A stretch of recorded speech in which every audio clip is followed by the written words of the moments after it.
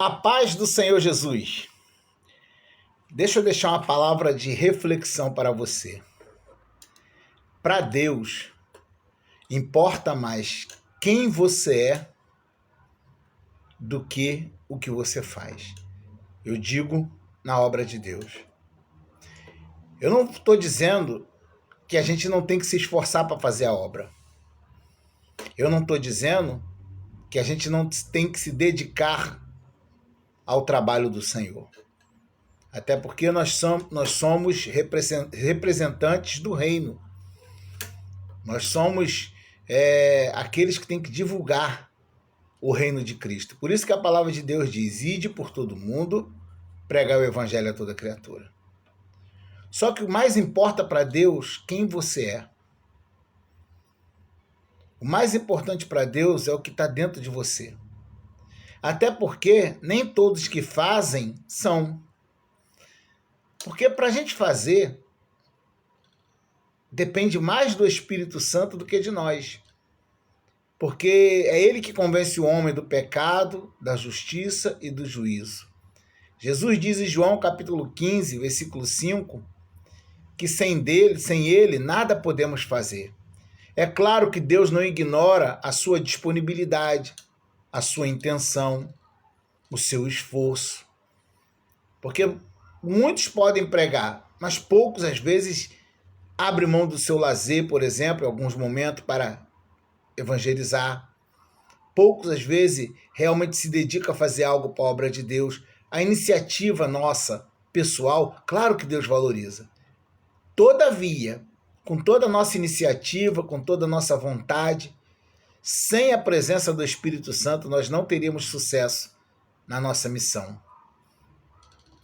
Mas nem todos que fazem se permitem ser trabalhado pelo Espírito Santo. Existem os dons do Espírito Santo, que a Bíblia bem relata, e existe também o fruto do Espírito Santo. Os dons, Deus capacita o seu povo para realizar a sua obra.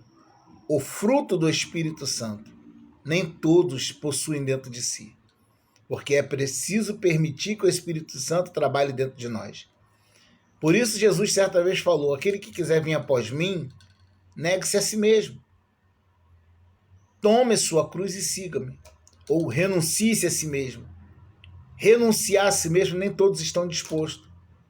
Sujeitar o seu eu à palavra de Deus, nem todos estão dispostos. Quando o apóstolo Paulo dizia: não vivo eu, mas Cristo vive em mim, ele está dizendo para mim e para você que ele sujeitou sua maneira de pensar, de agir, ou melhor, resumindo, sua maneira de viver, ele condicionou à vontade de Deus. Para ele importava o que Deus achava correto e não o que ele achava correto. Para ele importava o desejo de Deus e não o seu próprio desejo. Por isso ele estava sempre disposto a renunciar à sua vida por amor a Cristo. Infelizmente nem todos estão dispostos a isso. Então, tem muita gente trabalhando na obra do Senhor. É muita gente incansável. Se você vê Apocalipse 2, quando fala da igreja de Éfeso, era uma igreja incansável no trabalhar para Deus. Mas faltava o primeiro amor. Já tinham perdido o primeiro amor. Então, se você não tem o dom da palavra, como determinados pregadores, se você não tem dons de curar, se você não canta como determinados cantores, não tenha inveja, nem fique triste. Mas se você for alguém realmente moldado pela palavra, alguém que realmente está disposto a tudo por amor a Deus, isso é o suficiente para você passar a eternidade num lugar maravilhoso, num lugar de delícia. Lá não vai ter inveja, lá não vai ter competição, lá não vai ter humilhação, lá não vai ter tristeza, não vai ter dor, só vai ser alegria. Então, antes de você se preocupar com a obra de Deus, se preocupe com quem você é diante de Deus, com a obra de Deus na sua própria vida. Porque Jesus mesmo disse que naquele dia vai dizer para muitos, muitos dirão para ele, na verdade: Senhor, Senhor, em teu nome eu profetizei, em teu nome eu expulsei demônios, em teu nome eu fiz maravilhas. Então serão pessoas que foram usadas de maneira poderosa na obra de Deus, mas nunca conheceram Jesus. Porque a resposta de Jesus vai ser: nunca vos conheci. Apartai-vos de mim, vós que praticais a iniquidade. Mateus 7, versículo 21 ao 24, se você quiser ler. Então é importante fazer a obra de Deus, sim. Mas tem horas que o desejo de Deus, já aconteceu isso comigo, de um sábado, eu estar querendo ir para uma igreja, visitar, e o Senhor falou no meu coração: não, pega seus filhos e leva na pracinha para eles brincar. Eu tinha na época R$10 em casa, e tem muitos anos isso, e na época que o açaí, aqui no Rio de Janeiro, a gente toma açaí diferente do que no Pará. No norte do Brasil, o açaí é comido, né, com farinha, parece. Aqui no Rio de Janeiro, não. Mistura com banana, guaraná natural, aí bota um montão de coisa, castanha de caju, cobertura de sorvete. A gente come como um sorvete aqui no Rio de Janeiro. E tinha uma época que um copinho de 200 ml era R$2. Então Deus falou comigo assim: ó, pega seus filhos, leva para a praça e depois compra um açaí para cada um deles. Isso é o que eu quero para você hoje. E eu fui lá, passei uma tarde maravilhosa com meus filhos, eles voltaram para casa felizes. Então Deus não deixou ir para a igreja. Deus fez eu ficar com meus filhos, porque antes de eu ser um pregador, antes de eu ser um presbítero, antes de eu ser um obreiro, eu sou pai. Então Deus, ele preocupa com quem somos.